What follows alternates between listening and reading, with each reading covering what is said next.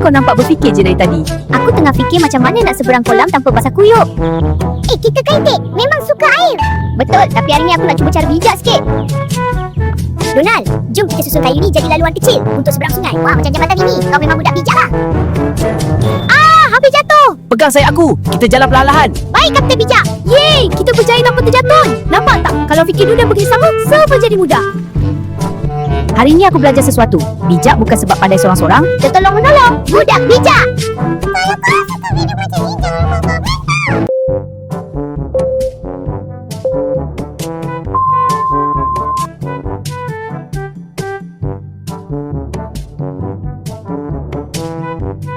Donate, jom kita buat bunyi paling kuat. Baik, siapa paling kuat dia menang.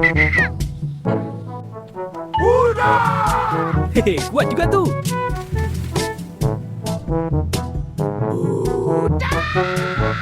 Wah, lagi kuat.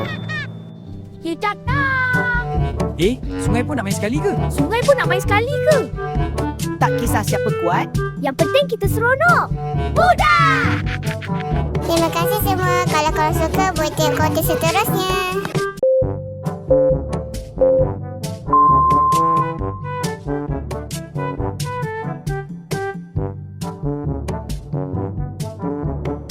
Rina, kenapa tengah mendung tu? Saya fikir macam mana nak jadi Itik paling bijak. Oh, kita kena jadi budak bijak.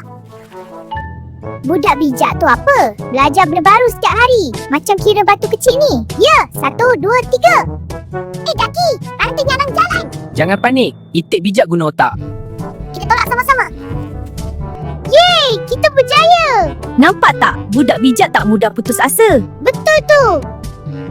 Jadi rahsia budak bijak ialah belajar, fikir, tolong kawan. Kami budak bijak. Kalau korang nak video macam ni, jangan lupa komen tau. Bye.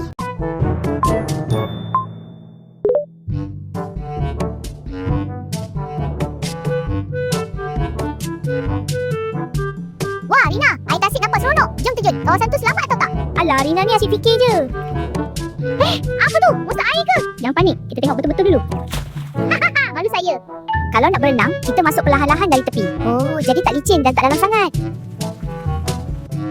Saya rasa ditolak air. Ikut saya. Kita berenang lawan arus sikit dan naik semula ke tepi.